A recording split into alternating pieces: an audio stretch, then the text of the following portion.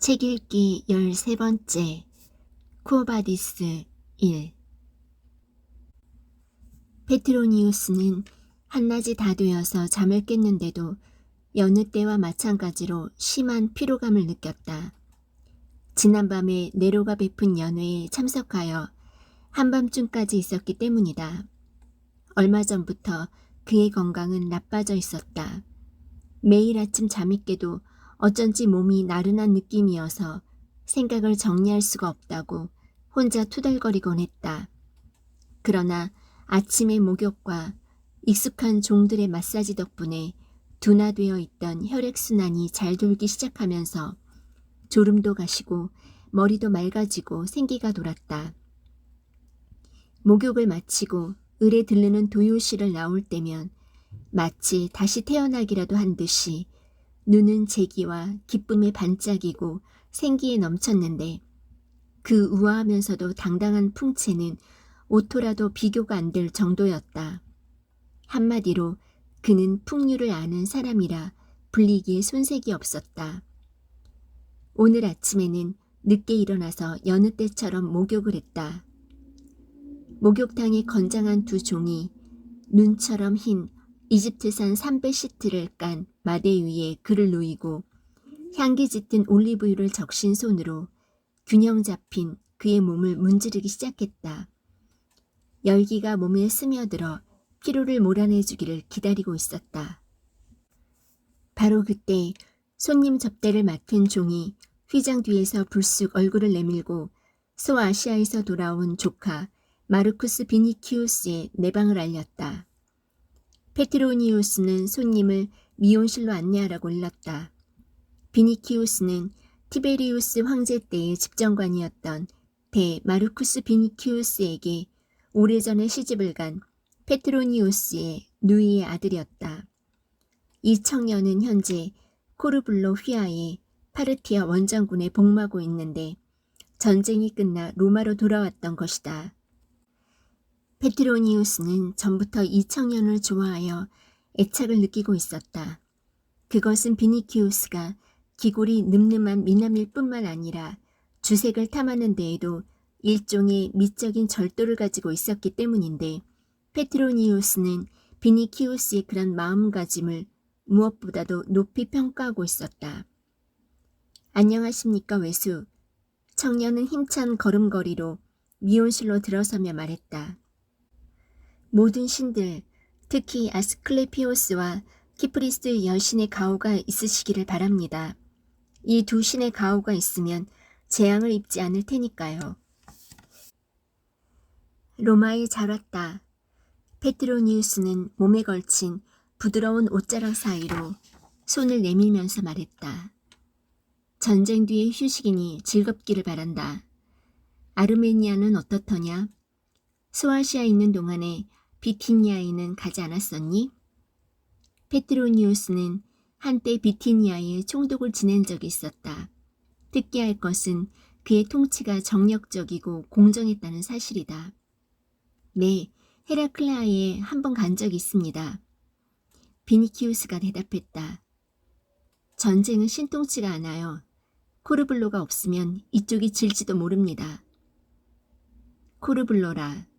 바쿠스에게 맹세코 그 사람이야말로 진짜 장군이며 마르스가 부활한 거라고. 그는 위대한 지휘관인 방면에 성미가 급하고 고집스럽고 바보스러운 사내야. 난 그가 좋아. 최소한 네로는 그를 두려워하고 있으니까. 코르블로는 바보가 아닙니다. 바보가 아닐지도 모르지. 하지만 피론의 말대로 어리석음은 지혜 못지않게 좋은 거야. 그 두 가지는 전적으로 같은 거라고. 비니키우스는 전쟁 이야기를 시작했다. 청년은 그의 지치고 초췌한 얼굴을 보고는 화제를 바꿔 다소 염려스럽게 그의 건강에 대해서 물었다. 건강? 아니, 그는 스스로도 건강하다고는 생각하지 않았다. 그렇다고 해서 아직 젊은 시세나만큼 심한 것은 아니었다. 시세나는 어찌나 신경이 둔했던지 어느 날 아침에 탕 속에 앉아서 내가 지금 앉아있는 거야? 라고 물었던 것이다. 페트로니우스 역시 건강하지는 않았다. 비니키우스가 지금 막 아스클레피오스와 키포리스의 가호가 있기를 빌어주었으나 페트로니우스는 아스클레피오스를 믿고 있지 않았다. 아스클레피오스가 누구의 아들인지, 아르시노우스의 아들인지 코로니스의 아들인지 아는 사람이 없었다. 어머니가 누구인지 의심스러운데 아버지에 대해서 어떻게 말할 수 있겠는가? 정말이지 그 시대에 누가 자기 아버지의 진짜 아들임을 확신할 수 있겠는가? 페트로니우스는 웃으며 이야기를 계속했다. 실은 나도 2년 전에 에피다우루스의 36마리의 살아있는 집박이와 황금잔을 바쳤단다. 왜 그랬는지 알겠니? 나는 나 자신에게 이렇게 말했지. 설사 내게 무슨 이익이 돌아오지 않는다 해도 최소한 벌이야 내리지 않겠지 하고 말이야. 세상 사람들이 여전히 신들에게 재물을 바치고 있는 것은 따지고 보면 모두들 나와 똑같은 이유에서 그렇게 하고 있는 게 분명해. 카페나 문에서 여행객이 고용되는 노새를 부리는 마부만 빼놓고는 모두들 말이야. 아스클레피오스뿐 아니라 그의 후손들하고도 사귀어 보았지. 바로 작년에 방광이 좀 나빠졌을 때의 일이야. 그들이 여러 번 꿈에서 신을 불러내어 배운 치료법으로 치료를 해줬는데도 난 그들이 하나같이 돌팔이란 걸 알고 있었지. 난 그때 나 자신을 달랬어. 그러니 어쨌다는 거냐 하고 말이야. 어차피 이 세상은 기만 위에 세워져 있고 인생이란 환상에 불과한 것이니까. 영혼까지도 환상에 지나지 않아. 하지만 우리는 유쾌한 환상과 불쾌한 환상을 분명히 구별할 만한 판단력은 갖추고 있어야 해. 내가 좀 전에 내게 가호가 있기를 빌어준 그 키프리스로 말할 것 같으면 그 은총이 크다는 것은 나도 잘 알고 있어. 내 경우는 이 오른쪽 다리에 곧잘 통증이 생기거든. 어쨌든 키프리스는 친절한 여신이야.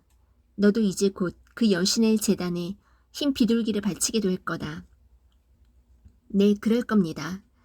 비니키우스가 대답했다. 파르티아인의 화살은 저를 못 맞췄지만 그 대신 전 아모르의 화살을 맞았습니다. 뜻밖에도 성문에서 몇 발자국 안 떨어진 곳에서 말입니다. 그래, 말할 것도 없이 상대방도 내게 열을 올리고 있겠지?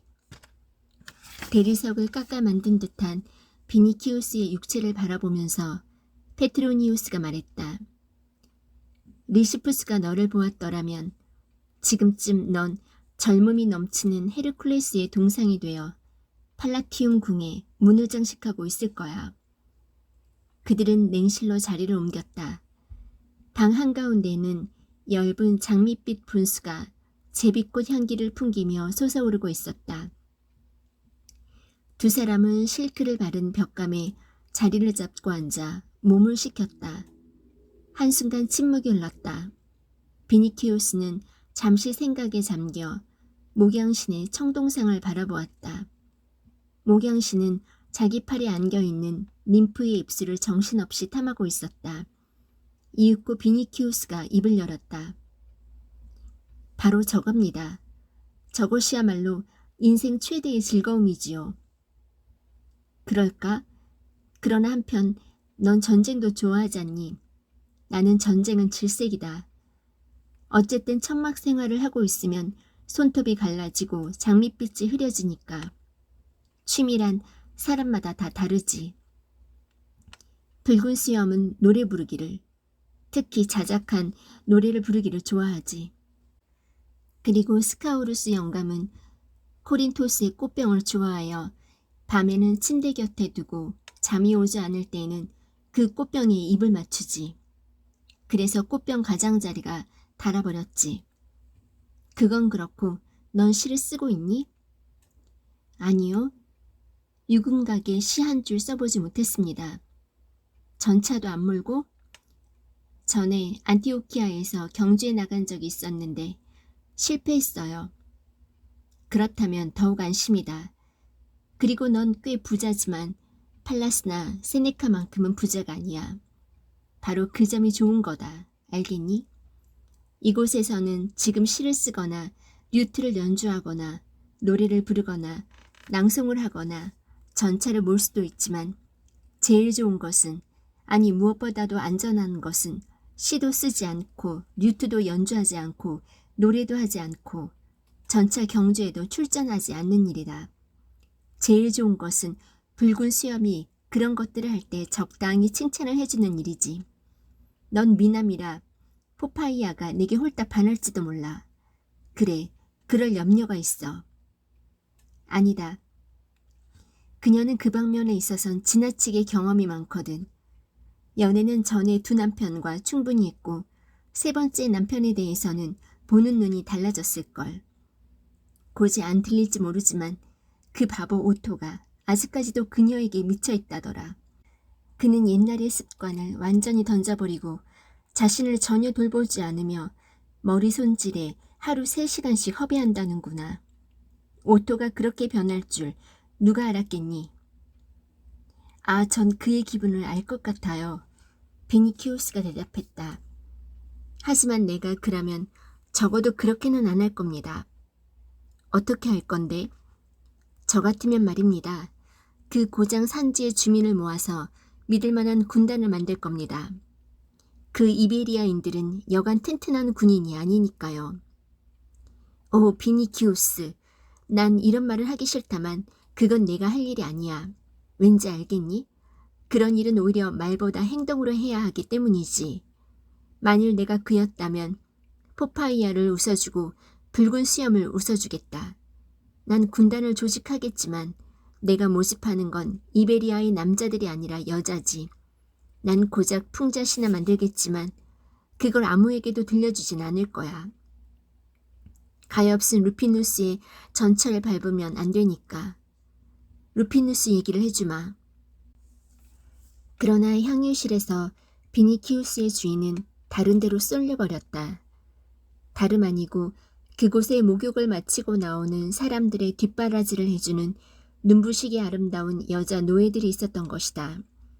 그 중에 2명은 흑인으로 훌륭한 흑단의 조각상 같았는데 그 2 여자가 그들의 몸에 고급 아라비아 향유를 바르기 시작했다. 구름을 모으는 제우스의 맹세코 하는 말입니다만 하고 마르쿠스 비니키우스는 말했다. 정말 기가 막히게 뽑아다 놓으셨군요. 그래, 양보다 질이 중요하지. 하고 페트로니우스가 말을 받았다. 로마에 거느리고 있는 파밀리아는 모두 400명쯤 되지. 자기를 거들어주는데 그 이상의 종을 둔다는 것은 벼락 부자들이나 하는 짓이지. 어느 곳에서도 붉은 수염의 궁전에서도 이보다 아름다운 육체는 찾아볼 수 없을 겁니다. 비니키우스가 코를 벌름거리면서 말했다. 내가 내 친척이니까 하는 말인데 나는 바루스스처럼 이기적인 인간도 아니고 또 아울루스 플라우티우스처럼 로마의 엄격한 인간도 아니야. 그러나 비니키우스는 플라우티우스의 이름을 듣는 순간 코스 태생의 처녀들을 잊고 갑자기 고개를 들더니 물었다. 어째서 아울루스 플라우티우스 생각이 나신 겁니까? 그가 물었다. 실은 제가 그분 댁에서 보름 동안이나 신세를 진 걸 아십니까? 제가 손목 부상을 당해 괴로워하고 있는 곳에 플라우티우스가 와서 보고 자기 집으로 데리고 가 의사에게 저를 치료하게 해주었습니다. 그 이야기를 하려던 참이었어요. 정말? 설마 내가 폼포니아에게 반한 건 아니겠지? 만일 그렇다면 너야말로 불쌍한 녀석이지.